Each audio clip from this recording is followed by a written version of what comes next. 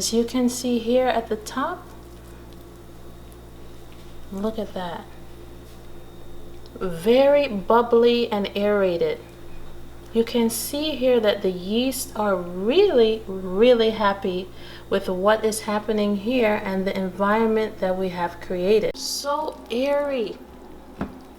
Making sourdough bread can be so simple and easy. In this video, I'm going to show you how you can make a gluten-free sourdough starter. Now, why a gluten-free sourdough starter? Because it is easy on your gut, it has been fermented, and it has been given more nutritional value than just the regular flour preparations of bread that we're used to doing. And for some of us that do need to have a gluten-free diet, or we're working on an elimination diet where we really need to get our gut in better shape, this is the perfect thing that we can do for ourselves and for our family if the need be.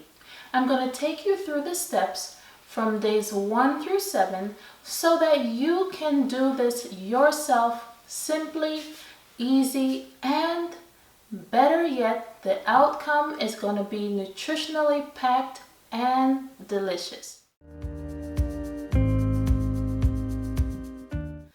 The first thing that we're going to do is mill our own grain. So here we have our bowl of millet. For our sourdough starter, we are going to go ahead and freshly mill it. For your starter to work well, you want to be routine and simple. You're simply going to feed your starter every day for twice a day. And we're going to go ahead and do some discarding, but we'll talk about that later on.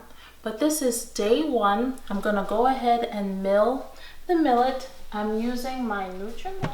As you can see here on the Nutri-Mill, you're going to have your motor, and it's going from a larger milled consistency to a finer one.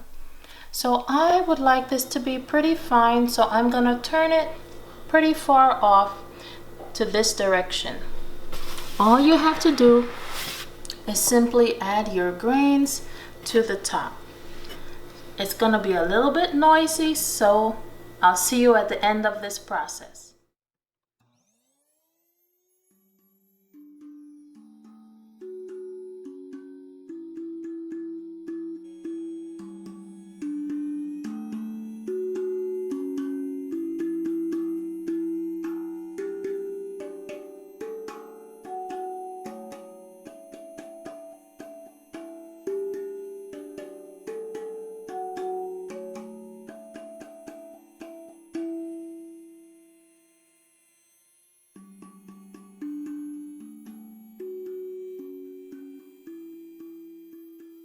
And remove the top, and there you are, freshly milled flour that we're going to go ahead and use to build our starter each day. So for this recipe, we want it to be as simple as possible. So what I'm going to do is, I have my pint mason jar here, and I have my half cup measurement. I'm going to go ahead and measure out a half a cup of flour. And then we're just going to add it into our mason jar. It's okay if a little has fallen. We want to be as simple as possible, and we're okay if we're approximate. Then you're going to add a half a cup of water.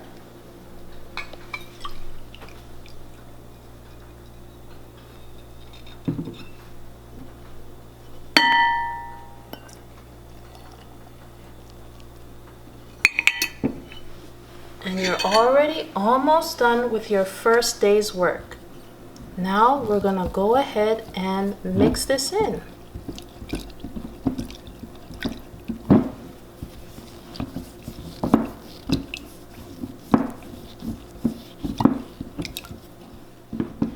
I'm gonna actually add another approximately half cup of flour because you want the consistency of the starter to be a little bit on the thicker side. And you can kind of play with it and see the consistency that you receive. So the more water you have to it, it's the more hydrated. And as it builds, we're gonna see how it reacts. And then we're gonna tailor it as we move on.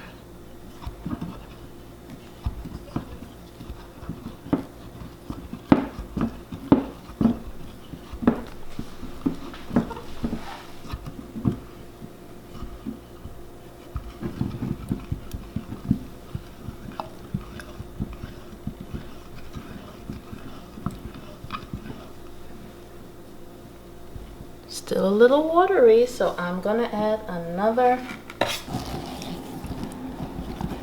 So what we're gonna do is now we're gonna cover up our starter, and you just put your cover on a little loosely because you want this starter to have a little bit of air, but you don't want anything else to drop in there. And then you're gonna place this starter in a relatively warm place so that it can thrive and start to grow. Now on the first 1 to 2 days, usually it is said you're not gonna see too much bubbling happening, but let's wait and see. Let's look together at the changes that will occur. So right now we're at 1.5 cups of flour, and we did a half cup of water, and that's exactly what we're going to be doing the second time around. So I'll see you in another 12 hours. Now what you can also do is add a band just at that settling point so that you can track the progress over time. It's the next morning and we have already now gone past our 12-hour mark. Take a look at what has already happened here. If you look closely, you can see lots of bubbles happening, and take a note of the growth. I put this line here yesterday as we were going through our day 1. And you can see here that the starter has already risen.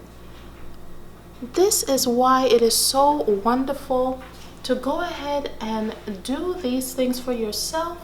Sometimes you will hear that different outcomes happen in relation to how other people do their starters, but honestly, your starter can react differently depending upon your climate, depending upon the temperature in your home, even depending upon your altitude. So it's so important to go ahead and try it. See what it reacts with. How does it react in your own personal weather conditions? So now that we have surpassed the 12-hour mark, we are doing very good. It smells really nice too. It definitely has a yeasty smell to it. Definitely so. I'll show you how it's looking on the inside too. And I can see here that I am going to need to transfer it to a larger vessel. Instead of the pint jar, we're going to go ahead and transfer it to our quart mason jar. That way we have enough room for this wonderful exuberant growth. So for today, we are gonna go ahead and mill some more freshly ground millet so that we can have the flour to feed our starter. So we're gonna go ahead and grind this beautiful millet, And then we're gonna do the same thing that we've done before. We're gonna add 1.5 cups of the millet flour and a 1/2 cup of water. And we're gonna keep on doing this every 12 hours until we hit day number 3.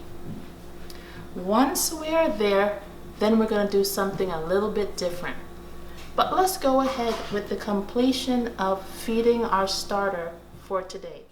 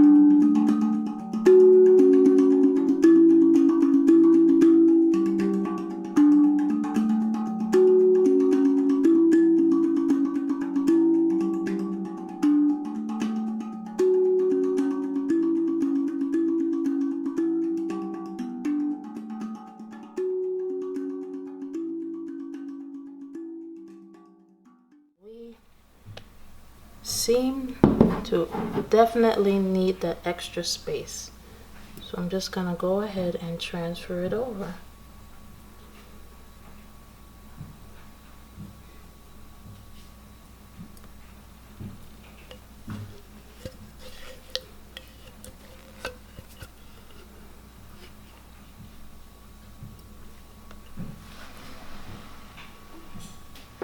And then I'm gonna give it a little mix in here to make sure everything is incorporated.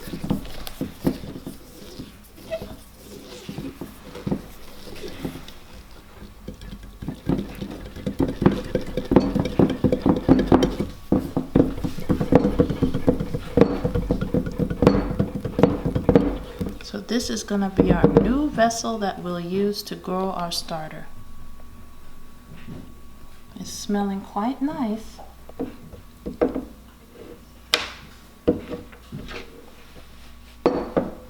So I'm gonna go ahead and put the band on this jar so that we can track that progress.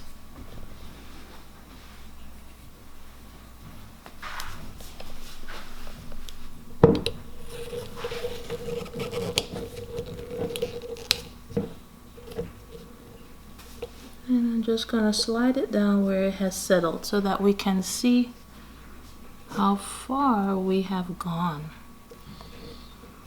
And then you're gonna go ahead, cover your starter gently because you still want to have air flowing through, and then you're gonna set it and leave it in a warm place in your home. And you're gonna do this again every 12 hours until you hit day number 3. Hey everyone, we are now at day number 2. And I actually did a little experimentation. I wanted to do this, one, because it was our Sabbath day of rest. And we wanted to go ahead and slow things down in our home.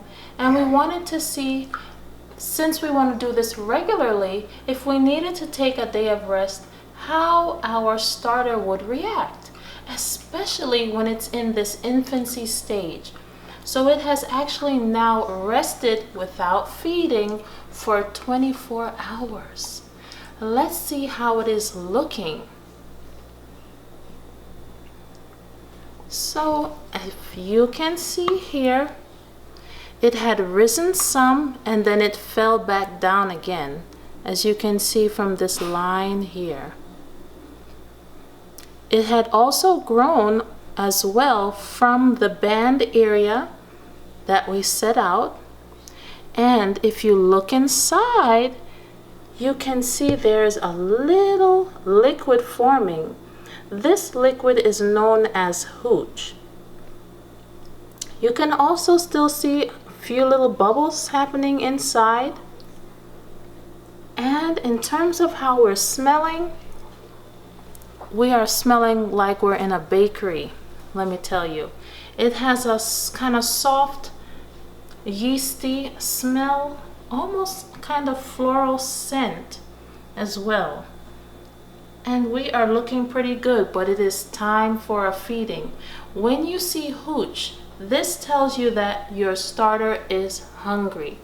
So we have done our rest. We wanted to see that experimentation to see if ever we did need to step away from it, or what if you hadn't remembered that you needed to feed your starter.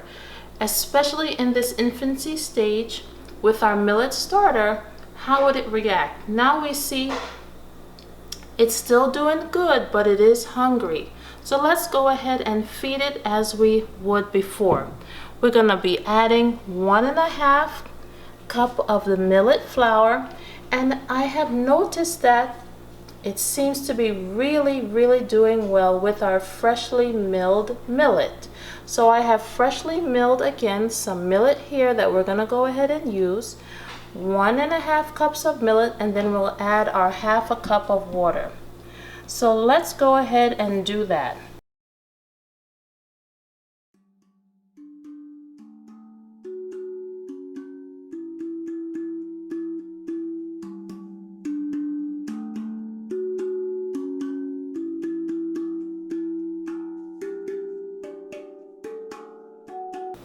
We're just gonna wipe the side down, keep it clean.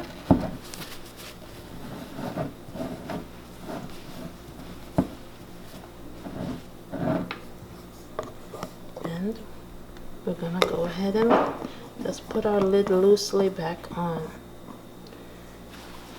And then we are going to leave our starter again in a nice warm place, and we're gonna let it sit for 12 hours.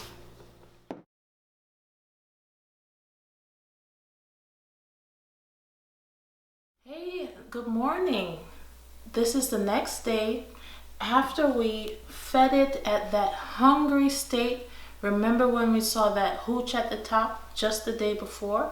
So this is now day 2.5, and I wanted to go ahead and show you what we're seeing here.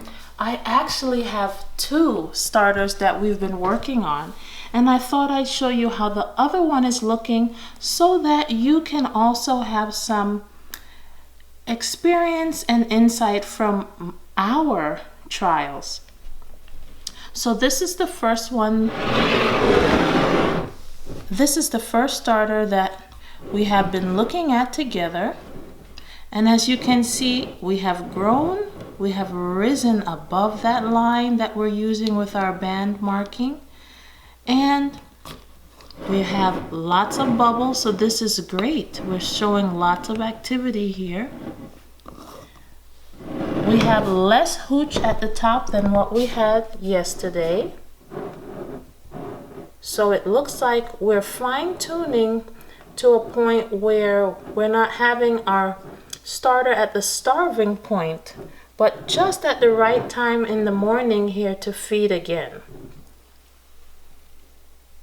And in terms of how we're smelling, we're still smelling like a fresh bakery, a yeasty smell. So this is the first one that we've been showing you. And now let's take a look at our second one. This one I just used a little adaptive cap that you can use for actually drinking, but it works well here too because you just leave your spout open. This one here, the only difference was less flour. Where I was using 1.5 cups of flour, here I used about maybe 1.25 or so. And it actually did definitely bring about a difference. As you can see here, if you look, we don't have really many bubbles, maybe minimal, very minimal if any at all. And then you can see all of that hooch that has been accumulated at the top. And then when looking in, you can definitely see there's a difference. This first one was quite bubbly, minimal hooch, and this one has very much hooch and you don't really see too many bubbles. There's also a difference in the smell. This one is smelling pretty good too, but it has more of an acidic or sour odor or smell. So we are gonna go ahead and make some adjustments here so that we can make sure that we are not at the starving stage here or hungry stage. And then as you can see, we have not discarded anything, so we are getting to the top of our jar. I'm gonna go ahead and transfer it to a larger jar. So this incremental changing of the jars just helps me to see how much it has grown. But you personally can start out in a half-gallon jar or the jar of your size, but we wanted to see how things would grow incrementally. Kind of really helps you see things firsthand. So this morning I'm gonna go ahead, I'm gonna transfer to a larger jar, and then we're gonna go ahead and add our flour for feeding. I'm going to bump up the feeding to, instead of 1.5 cups, we're gonna do 2 cups. We're gonna monitor the progress. We're gonna see if our starter likes that extra feeding, and then we're gonna tailor as we need. So I'm gonna go ahead and do that and transfer to our half-gallon jars today.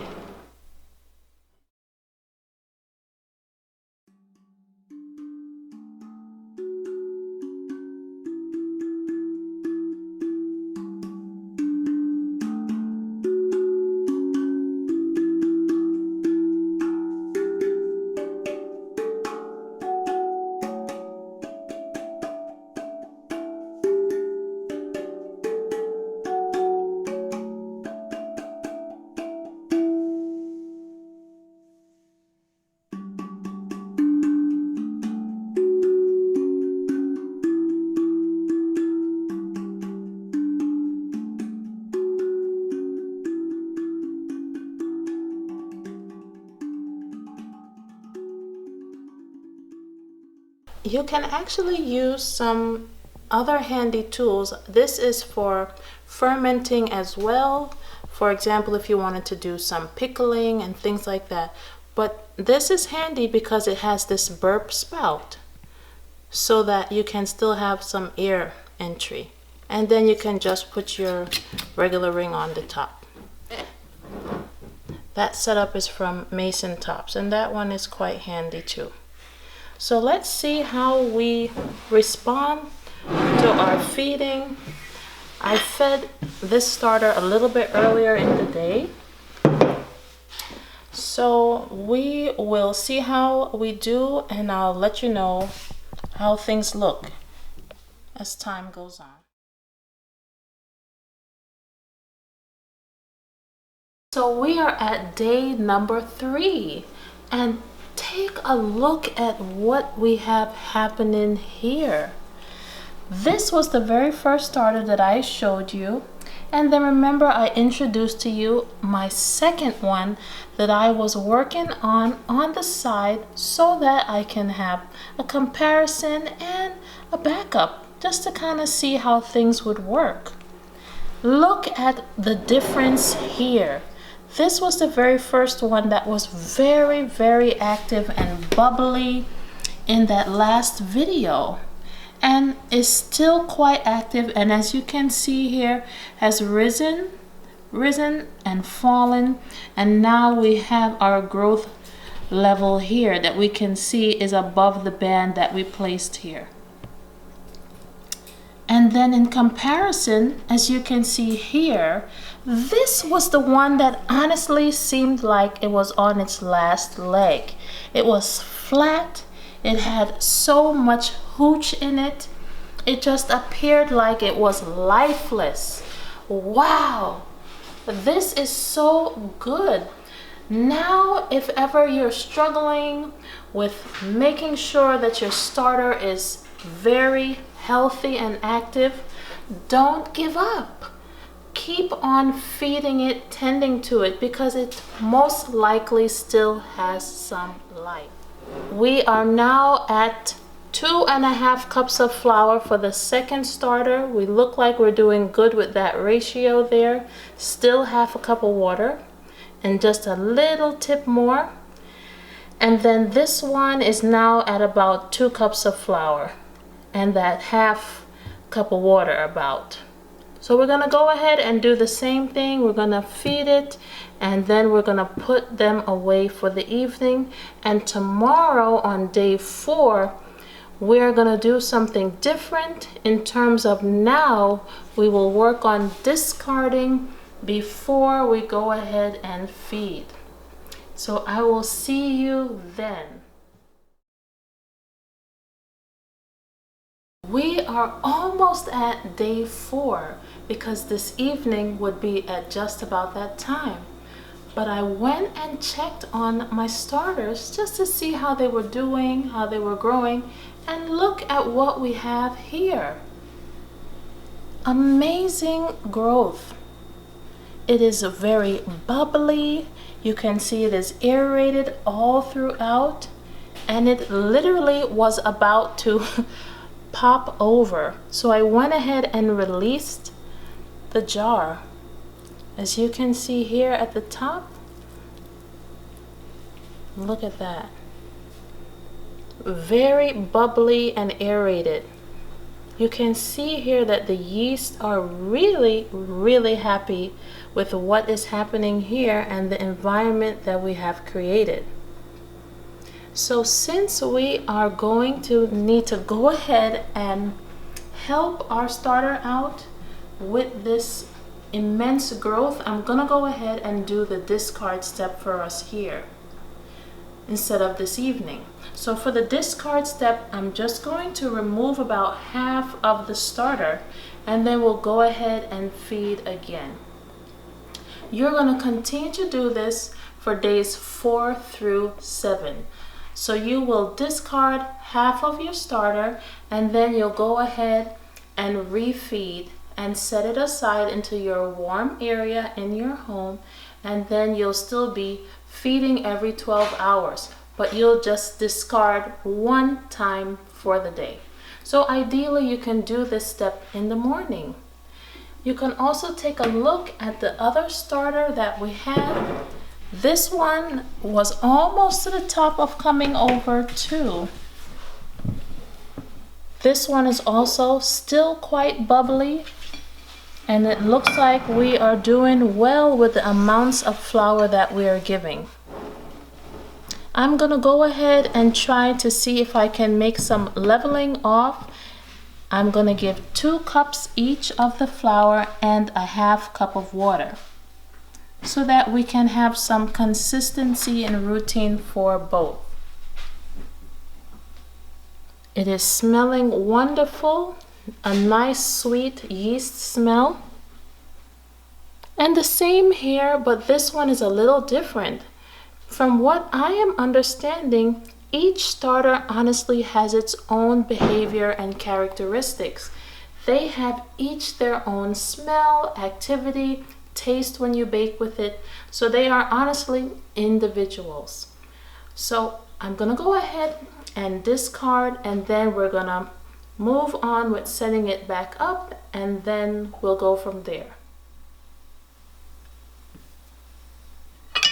At this step, some people do say that they want to go ahead and use the discard, but from what I'm understanding, we're still in the immature state. So at this point, I'm just gonna go ahead and discard what we have here. I'm not gonna bake with it. I'm gonna wait until at least day number 7, because you're still working on the colonies that are growing here. You are literally having activity against this organism and this organism, lactobacillus, yeast, and other organisms that are within your flour. And there are competing factors happening here. We are wanting, of course, the good ones to win out in this battle, and so I'm gonna go ahead and wait until we have at least settled ourselves to a mature state, at least by day number 7. And of course your starter will continue to mature and gain strength, and some say at about a month it has really reached a nice point. But as it continues to age, it just will get better and better. So I'll go ahead, I have a container here. I'm just gonna go ahead and dip some out. Look at that. Isn't that wonderful? So airy. Now I know many people like to be quite exact, but I would like for us to have simplicity in our lives. I don't want us to be worrying about measuring with a scale. When we start to bake with this beautiful starter and we want to be precise, then I would say yes, go ahead with the measuring. But for now, guess what? People long ago that used these starters, they did not have baking and measuring scales. They used their experience and their eyes to help them out in their kitchen. And that is what I'm gonna do, and that is what I hope that you can do too, and still get some wonderful results.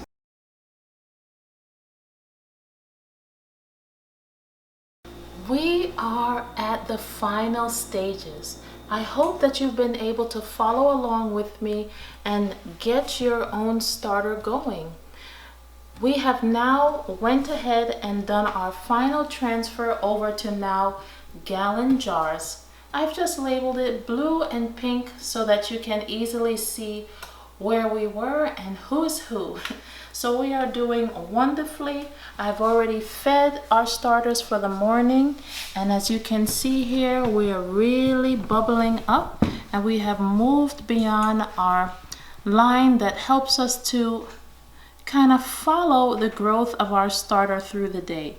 So each one of our starters are doing well. They are both bubbly and active, and they are smelling so good. It has a sweet yeasty aroma. It smells as if you're in a bakery. Even before I took them down to show you, I passed by their little cabinet area where I keep them, and I smelled it even before I took them down. You just had that beautiful fragrance filling the kitchen. For the completion of your starter, you'll want to be doing that same thing. I have now gotten up to that 2 cups of flour for feeding after that 1 discard for the day, and then I will add that 1/2 cup of water so that I can easily incorporate. And then I feed again in the evening to make it that every 12-hour feed or twice a day feeding. So once you have reached this level and you are at day number 7, you are ready to start baking wonderful and nutrition-filled baked goods. I hope you'll join me in the next video where I'm going to show you how I use these wonderful starters to make some beautiful bread and possibly something even more. Thank you for joining me. If you appreciated this video, please go ahead and like it and subscribe so that you can see other informative videos such as these to help to promote our sustainability and just build the skills that we need to nourish our families and give us one more step in our tool belt. As always, I will see you soon, and be blessed.